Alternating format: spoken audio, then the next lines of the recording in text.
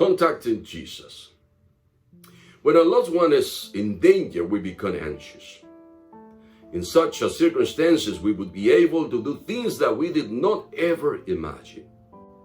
Here are two stories of people with completely different crises, different social and economic position, but equally desperate and in need of urgent help. Both stories also agree on the fact that having tried and exhausted all means at hand, these two people decide to go in touch with Jesus at their last hope.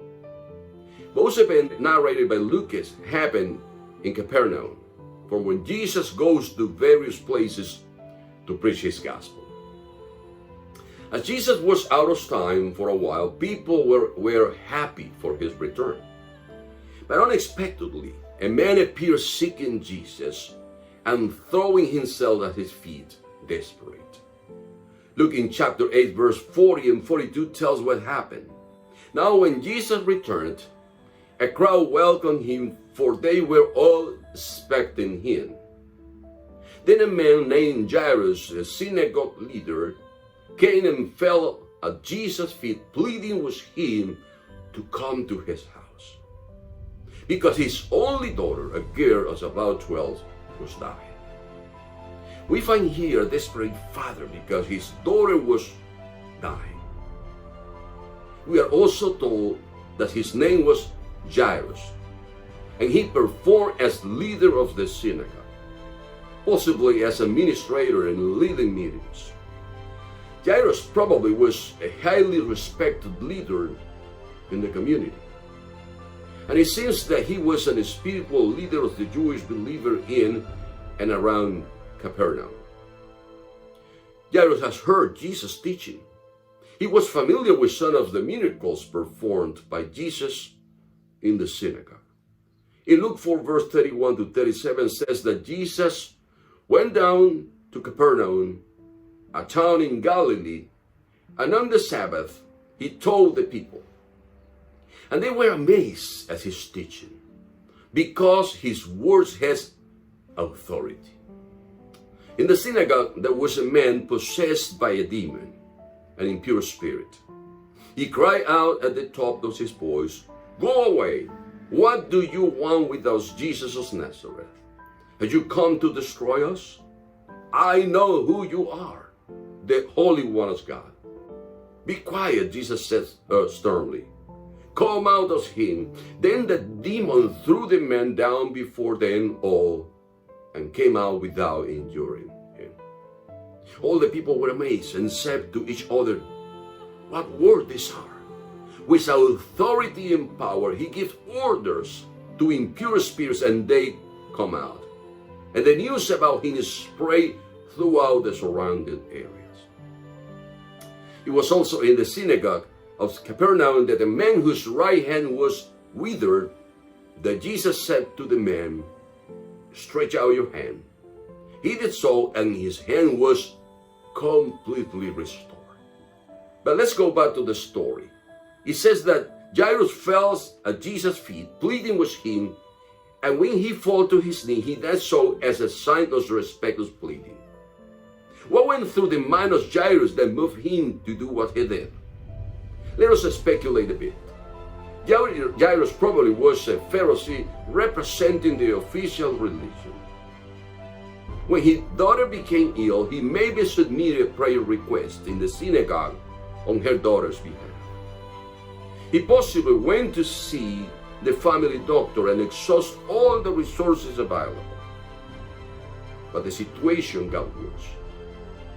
In these circumstances, Jairus recalls Jesus and the miracle he worked in the synagogue, and everything else that perhaps he heard about his other miracles.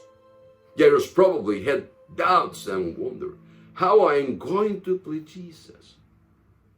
What would his brethren say?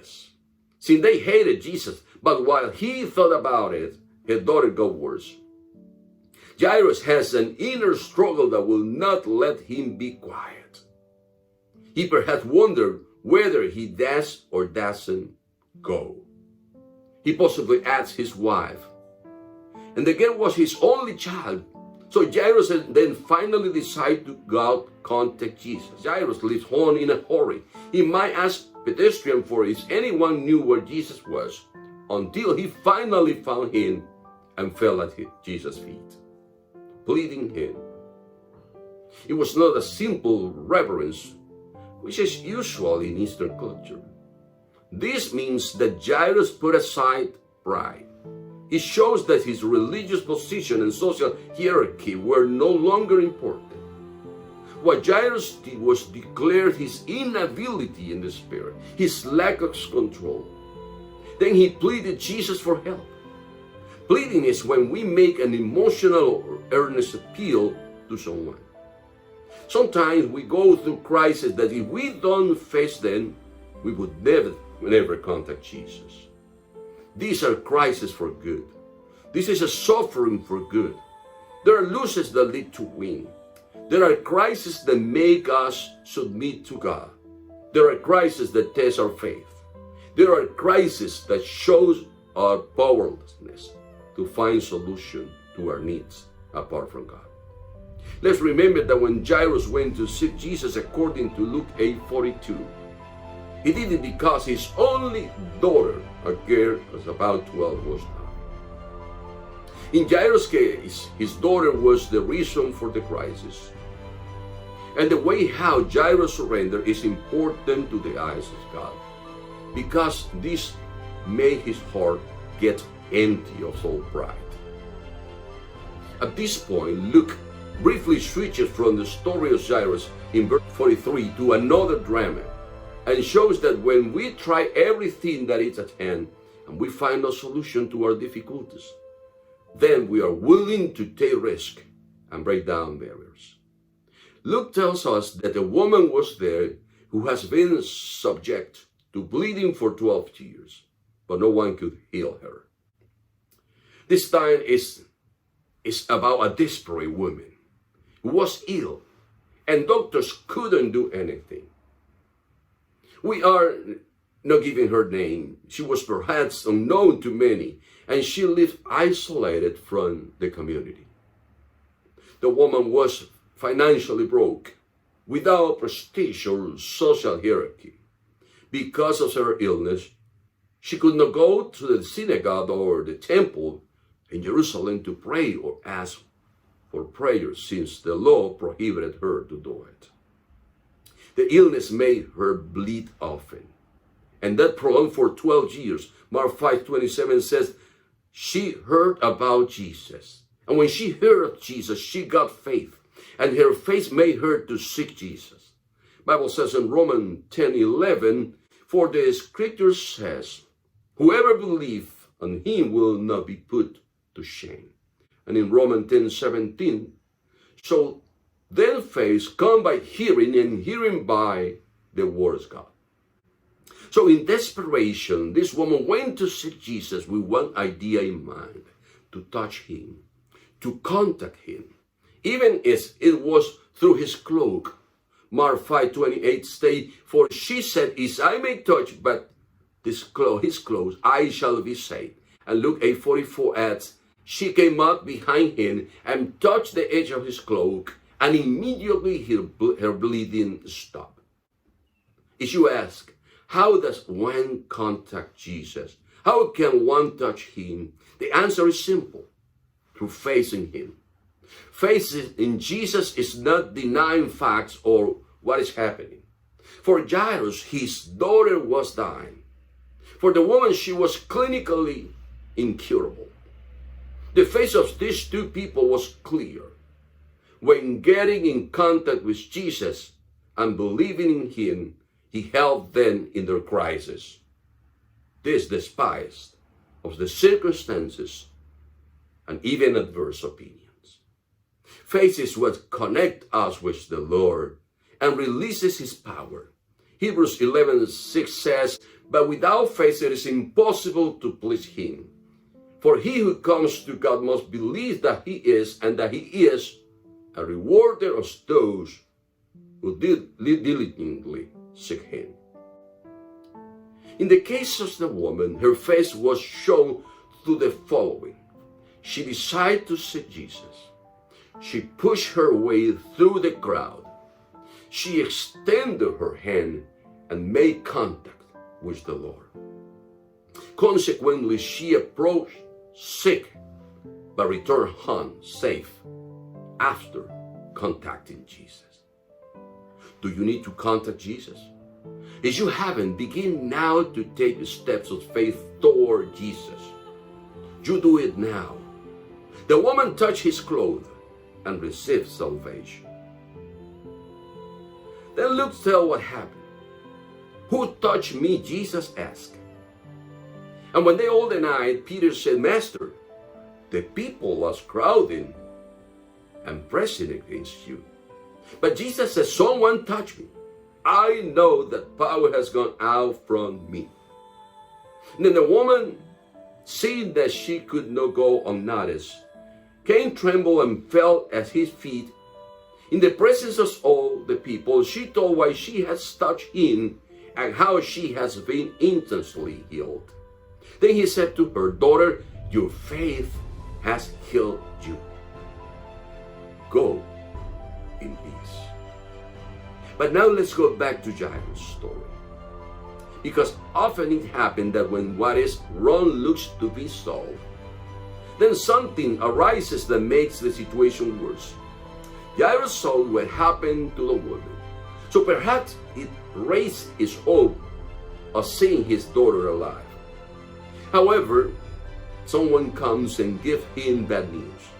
Luke refers, while Jesus was still speaking, someone came from the house of Jairus, the synagogue leader. Your daughter is dead, he said. Don't bother the teacher anymore. What the messenger seems to imply is, since your daughter is dead, what can a teacher of religion do?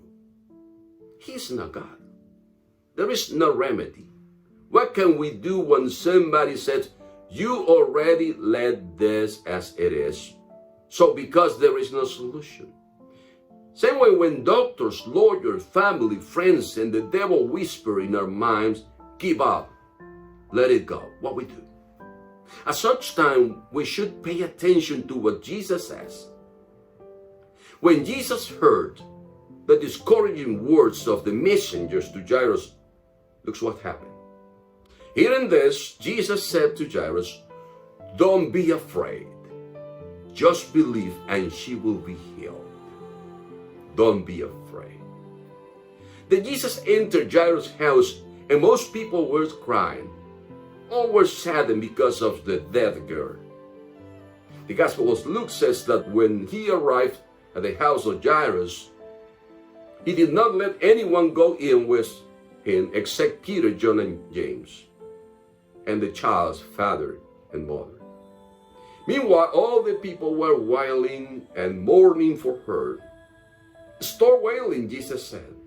She's not dead, but asleep. By contrast, people react with incredulity. And more than that, some made fun of Jesus. Luke 8:53 says that they laughed at him, knowing that she was dead. Unbelievers consider that truth can only be based in the circumstances, the visible signs. So they mock those who by faith cling to the word of Jesus. There in the bedroom next, the body of the dead girl were mother, father, and 3 witnesses who the Lord took with him, Peter, James, and John. Yes, it is true that physically speaking, the girl was dead. However, the one in whom all the fullness of the deity lived in bodily form declared that she was asleep. Luke 8:54-55 says, but he took her by the hand and said, my child, get up. And her spirit returned, and at once she stood up. Then Jesus told them to give her something to eat. When Jesus made contact with the cold and emotionless body of the girl, her spirit returned and immediately rose. The two stories I have talked about connect their character through the same emotion, desperation. We know that there are times in a life when even as one possesses all that is humanly desirable, as prestige, money, stability, family, that is useless when certain crises arise. In times like this, it is necessary to set pride and fear aside and pursue a contact with Jesus. Sickness and death are not a problem for Jesus. He can save from both because He is the resurrection and the life. But faith is tested when those who do not believe in Jesus try to discourage us, saying that those miracles are past or mere myth. To the woman, Jesus said, "Your faith has saved you." To Jairus, He said, "Don't be afraid, just believe and she will be healed." If somebody made fun of you because of your belief, Jesus tells you, don't be afraid, just believe. And I invite you to get in contact with Jesus now. Your faith will save you. Whatever the need is, there is solution with God in the name of Jesus. Jesus is the same today. He has the same power, the same authority. And if you are going through difficulties, trials, problems, and you are anxious without knowing what to do, I invite you to believe, to trust, and Jesus is going to save you. God bless you.